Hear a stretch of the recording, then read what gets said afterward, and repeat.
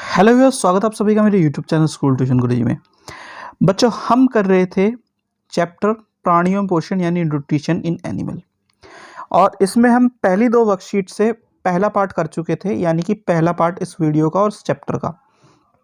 आज करेंगे बच्चों नेक्स्ट वीडियो, यानी कि इस आज की वीडियो में अगला पार्ट इस चैप्टर का।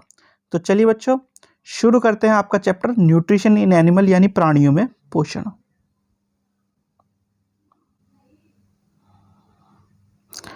अब अगली वर्कशीट में क्या करना है बच्चों, में milk teeth and permanent teeth, sweet and tooth दिखे, यानी दूध के दांत, स्थायी दांत, मिठाइयाँ और दंतशय।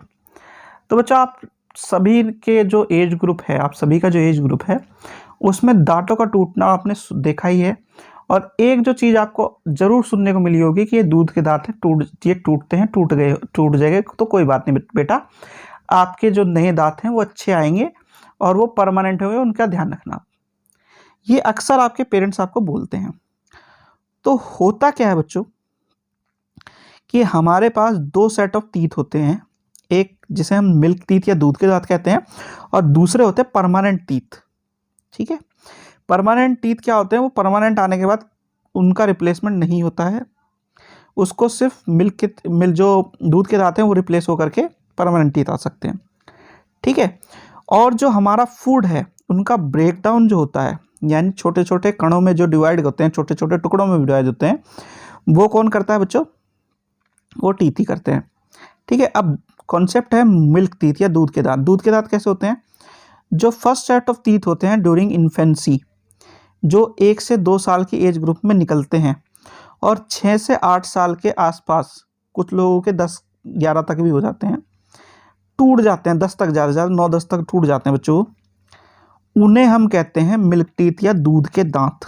यानी कि 1 या 2 साल की आयु में जो दांत निकलते हैं और 6 से 9-10 के आसपास तक गिर जाते हैं, वैसे 6 से 8 है, ज़्यादातर बच्चों के इस टाइम तक हो जाते हैं पूरे, वो कहलाते हैं आपके दूध के दांत बच्चों। तो आप बच्चों के तो ज़्यादातर हट गए होंगे। अब इसके जो रिप्लेस करते हैं, इसके बाद जो दांत आते हैं बच्चों, वो कहलाते हैं आपके परमानेंट टीथ या स्थायी दांत। अब स्थायी दांत क्या होते हैं, ये सेकंड सेट ऑफ टीथ होते हैं, यानी दूसरा सेट होता है जो निकलता है हमारे दांतों का, वो स्थायी दांत कहलाते हैं। और ये ही हमारे जीवन भर यानी बुढ़ापे तक रहते हैं, और बुढ़ापे में बहुत लोगों के गिर जाते हैं। ये भी परमानेंट टीथ की तरह 4 भागों में डिवाइड होते हैं, यानी कि आपका इंसीजर, कैनाइन, प्रीमोलर, मोलर, कृंतक, रदनक, अग्रचर्वणक, चर्वणक बच्चों। अब अगर कोई दांत की देखभाल ना करे, तो जैसा आपने पिछले वाले वर्कशीट में पढ़ा था चैप्टर से रिलेटेड, क्या कि अगर कोई दांत की देखभाल नहीं करता है तो उसके दांत में डिके या दांत से संबंधित बीमारियां होना शुरू हो जाता है, और वो जो दांत हैं वो टूटने शुरू हो जाते हैं। इसे हम टूथ डिके बोलते हैं बच्चों। टूथ डिके होता कब है कि हम किसी चीज़ को जब खाते हैं तो उसके पार्टिकल्स हमारे मुंह में रह जाते हैं। तो आपको क्या बताया था मैंने अभी थोड़ी देर पहले कि सलाइवा जो था उसने क्या किया, जो हमारा स्टार्च था उसको शुगर में बदला। ठीक है, यानी शर्करा, जो मंड था उसको शर्करा में बदला। ठीक है, अब कुछ पोर्शन उसका रह गया हमारे दांतों में लगा हुआ, तो फिर क्या होगा, शुगर जो है बदलना शुरू हो जाएगा सड़ना गलने की वजह से अम्ल में या फिर एसिड में। अब ये क्या करता है बच्चों, ये जो एक्सेसिव जो चीज़ें हैं, मीठी चीज़ें हैं, खासकर जो आपकी स्वीट्स हैं, चॉकलेट हैं, यानी कि आपकी ये क्या करती हैं बच्चों, ये धीरे धीरे विघटन होकर के जब अम्ल बनाती हैं तो ये जो हमारे दांतों की ऊपरी परत है उसको नुकसान पहुंचाना शुरू कर देती है। तो इसी वजह से इसको हमें ध्यान रखना चाहिए। और क्या कर सकते हैं हम दांतों की देखभाल के लिए, क्या कर सकते हैं, जैसे पिछली बार बताया था वैसे ही कुछ बातें बताई गई हैं, उन्हें समझ लेते हैं। पहली तो चीज़ क्या है कि आपको दिन में 2 बार, कम से कम 2 बार ब्रश करना जरूरी है। ठीक है, ब्रश करने से क्या होगा, दिन में 2 बार, यानी कि एक बार ब्रेकफास्ट से पहले और एक बार आपका रात का जो लंच है, सॉरी डिनर के बाद, डिनर के बाद, लंच के बाद तो आपको जो है कुल्ला करना है, ये जो दूसरा पॉइंट है उसमें बताऊंगा आपको। डिनर के बाद आपको ब्रश करना है बच्चों, कम से कम 2 बार। ठीक है, और फिर और क्या कर सकते हो इसके अलावा कर सकते हो हर खाने के बाद, जैसे ब्रेकफास्ट के बाद, लंच के बाद, डिनर के बाद आप पहले कुछ टाइम का ब्रेक लेकर के कुल्ला कर सकते हो, जिसे हम क्या कहते हैं, rinse of water. Rinse of mouth after every meal, ठीक है, खाना खाने के तुरंत बाद इस काम को कर सकते हो। फिर क्या कर सकते हो, जो डर्टी फिंगर है, आपके गंदे हाथों से खाना नहीं खाना चाहिए, ये बोलते हैं ना आपको, उस कॉन्सेप्ट को भी यहाँ पे रखना पड़ेगा हमें, क्योंकि आप अगर डर्टी फिंगर से अपना खाना खाएंगे तो आपको नुकसान दे सकता है बच्चों, ठीक है। तो ये सब चीज़ें इसमें मेन है। अब इसके ज़रा क्वेश्चन कर लेते हैं बच्चों। पहला क्वेश्चन है, what was your age when you lost your milk teeth last time? आखिरी बार जब आपके दूध के दांत टूटे थे तो आपकी आयु क्या थी? तो ये लगभग सब बच्चों की जो है 6 से 8 के आसपास या 9 तक के आसपास होगी बच्चों, ठीक है। फिर है, what are the different kinds of permanent teeth? स्थायी दांतों के विभिन्न प्रकार कौन से हैं? तो स्थायी दांत भी 4 प्रकार के होते हैं हमारे, जैसे कि हमारे दूध के दांत होते हैं बच्चों, ये इसका आंसर है, ठीक है।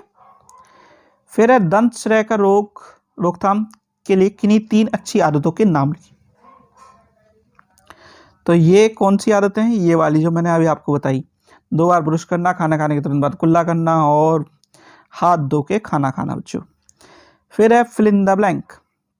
ए set of milk teeths grow during dash and fall off at the age of between dash to dash years. तो आगे इसमें क्या है, हिंदी में, रिक्त स्थान पर डैश के दौरान दूध के दांतों का सेट निकलता है तथा लगभग डैश से डैश आयु के तक ये गिर जाता है।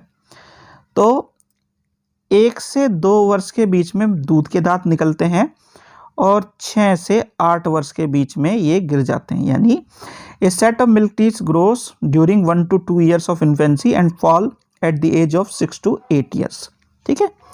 1 से 2 साल के दौरान दांतों का सेट निकलता है तथा लगभग 6 से 8 वर्ष की आयु तक ये गिर जाता है बच्चों। अब आपकी अगली वर्कशीट शुरू होती है बच्चों। अगली वर्कशीट में हम पढ़ने वाले हैं डाइजेशन इन ह्यूमन बच्चों। तो बेसिकली हमने क्या पढ़ा अभी तक? टीथ के बारे में पढ़ा और हमारा जो इंजेक्शन का प्रोसेस है, यानी इनटेक ऑफ फूड का प्रोसेस है, वो शुरू हो गया। फूड जब एक बार अंदर चला गया तो शुरू होती है बात आपकी पूरे के पूरे प्रोसेस की, डाइजेशन की। यानी कि आपका जो फूड है वो फूड पाइप से होता हुआ नीचे गया, नीचे जा कर के वो लीवर और गॉल ब्लैडर में जो एंजाइम्स थे वो मिले, फिर उसका स्टोमक में अलग से डाइजेशन शुरू हुआ HCl के साथ, ठीक है। फिर उसमें पेनक्रियास से जो है थोड़ा सा चीज़ें मिली और फूड जो कॉम्प्लेक्स था वो और सिंपल सब्सटेंसेस में बन गया, स्मॉल इंटेस्टाइन में गया, फिर लार्ज इंटेस्टाइन में आखिरी में डाइजेशन पूरा होकर के रेक्ट में चला गया आपका, ठीक है। तो ये प्रोसेस आज हमें देखना है बच्चों। चलिए इसे देखते हैं। तो जब डाइजेशन की बात करते हैं बच्चों, तो डाइजेशन में बकल कैविटी जो होता है हमारा, यानी कि मुंह होता है हमारा, ठीक है। मुख में क्या होता है कि भोजन का इंटेक होता है, फूड का इंटेक होता है, इंजेक्शन का प्रोसेस शुरू होता है, यानी कि, ठीक है आपका बच्चों, अंतर्ग्रहण जिसे बोलते हैं। अब फूड पाइप से क्या होगा? फूड पाइप से जो हमने खाना खाया वो फूड पाइप से धीरे धीरे नीचे आना शुरू होगा, जिसे हम भोजन नलिका या आहार नलिका या ग्रासिका बोलते हैं बच्चों, ठीक है। अब जब नीचे आ गया बच्चों ये, तो ये जब जाएगा लीवर के पास में, लीवर गॉल ब्लैडर के पास में, तो यहाँ पे क्या होगा? यहाँ पे पित्ताशय होता है। लीवर क्या कहलाता है? लीवर जो है यकृत जिसे बोलते हैं बच्चों हम, ये शरीर की सबसे बड़ी ग्रंथि होती है जिससे पित्त रस निकलता है, और ये क्या करता है? यकृत के पास में होता है, उसमें पित्ताशय से जो है निकलने वाला रस क्या करता है? जो हमारा फैट है, वसा का पाचन जो होता है इसी वजह से होता है, इसी कारणों से होता है बच्चों। इसमें एक अहम भूमिका निभाता है ये। फिर ये जाता है स्टोमक में बच्चों। स्टोमक में मेनली 3 चीज़ें होती हैं यहाँ पे। एक तो म्यूकस मेम्ब्रेन होती है जिसे हम क्या कहते हैं? आपकी श्लेष्मा कहते हैं बच्चों। ये क्या करती है? जो आमाशय है आपका, स्टोमक है, उस पर एक ऊपर कवर, अंदर की साइड में कवर और लगा रहता है उसकी लेयर पे, आखिरी लेयर पे, और वो प्रोटेक्ट करता है जो स्टोमक है उसको, क्योंकि ऊपर से कई सारी चीज़ें मिलकर के आई हैं, कहाँ पे से? यकृत और पित्ताशय से, उसके साथ में। और यहाँ पे क्या हो रहा है? यहाँ पे जो हाइड्रोक्लोरिक अम्ल है, ठीक है बच्चों, हाइड्रोक्लोरिक एसिड है, वो क्या काम कर रहा है? वो आपका काम कर रहा है जो उस मीडियम में, एसिडिक मीडियम में जो चीज़ें बेकार आ गई हैं, माइक्रो ऑर्गेनिज्म या सूक्ष्म जीव आ गए हैं, उन्हें मारने का काम कर रहा है। और पाचक रस भी इसमें मिल रहे हैं अब, जो ब्रेक डाउन करते हैं प्रोटीन को सिंपल सब्सटेंसेस में, यानी प्रोटीन को सरल पदार्थों में विघटित करने का काम करते हैं। यानी फैट ऊपर से डाइजेशन होना शुरू हो गया, नीचे प्रोटीन का भी डाइजेशन शुरू हो गया। और सबसे पहले शुरू हुआ था किसका, हमारा स्टार्च का शुगर में, ठीक है। फिर बच्चों ये पेनक्रियास के पास पहुंचता है। पेनक्रियास इसमें क्या करता है, पेनक्रियास इसमें जो अमाउंट है उसको एडजस्ट करते हुए, सारी चीज़ों को एडजस्ट करते हुए पेनक्रियाटिक जूस मिलाता है और कार्बोहाइड्रेट, फैट और प्रोटीन को चेंज करता है सिंपल सब्सटेंसेस में, यानी कि कार्बोहाइड्रेट, वसा और प्रोटीन को। कार्बोहाइड्रेट को करता है सिंपल शुगर या ग्लूकोज में, ठीक है, सरल शर्करा या ग्लूकोज में। फैट को या वसा को कर देता है वसा अम्ल या ग्लिसरॉल में। और प्रोटीन को करता है अमीनो अम्ल या अमीनो एसिड में बच्चों, ठीक है। अब इसके बाद क्या होता है बच्चों, इसके बाद जाता है ये आपका किसमें, स्मॉल इंटेस्टाइन में। स्मॉल इंटेस्टाइन हाईली कोइल्ड होती है, 7.5 मीटर की, 7.5 मीटर की लंबी होती है। और ये इसमें से क्या करती है, जो सिक्रेशन रिसीव होता है सारा का सारा, और जो खाना रिसीव हो रहा है उसे मिक्स करने के बाद उसमें डाइजेस्टिव फूड को पास करती है। और जो इनर वाल्स होती है उसमें विलाई होती है सारी की सारी, बहुत सारी फिंगर लाइक प्रोजेक्शन होती है, दिग्रोम जिसे बोलते हैं बच्चों। वो खाने में से चीज़ें जो उसकी ज़रूरी हैं उसे चूसती रहती हैं। और फिर जाता है ये लार्ज इंटेस्टाइन में। लार्ज इंटेस्टाइन में जाकर क्या करता है, जो कि 1.5 मीटर चौड़ी होती है, इसमें से जो बचा हुआ पानी और बाकी का फूड मटेरियल जो सॉल्ट वगैरह है उसे निकाल देती है। और वेस्ट जो मटेरियल बचता है उसे सेमी सॉलिड या अर्ध सॉलिड और ठोस पदार्थ के रूप में रेक्टम में स्टोर कर देती हैं, ठीक है, जो गुदा मार्ग द्वारा बाहर निकल जाता है, यानी कि एनएस द्वारा इजेक्शन कर दिया जाता है, बाहर निकाल दिया जाता है बच्चों, ठीक है। तो इसमें बेसिक क्वेश्चन है, इसमें भी जरा देख लेते हैं इनको कि फंक्शन ऑफ लीवर क्या है। तो फंक्शन ऑफ लीवर क्या है, उसमें फैट का डाइजेशन है उसमें, ठीक है, यकृत का जो काम है। फिर है which part of digest system in involve in killing of bacteria, complete digestion of food. तो जो किलिंग ऑफ बैक्टीरिया होता है वो होता है हमारा आमाशय या स्टमक में, जिसमें हमारा जीवाणु नष्ट किया जाता है। भोजन का संपूर्ण पाचन जो होता है वो कहाँ होता है बच्चों, आपका संपूर्ण पाचन आखिरी में होता है आपका लार्ज इंटेस्टाइन में। अंत में पूरा पाचन करके जो सामान है वो निकाल लिया जाता है, ठीक है बच्चों।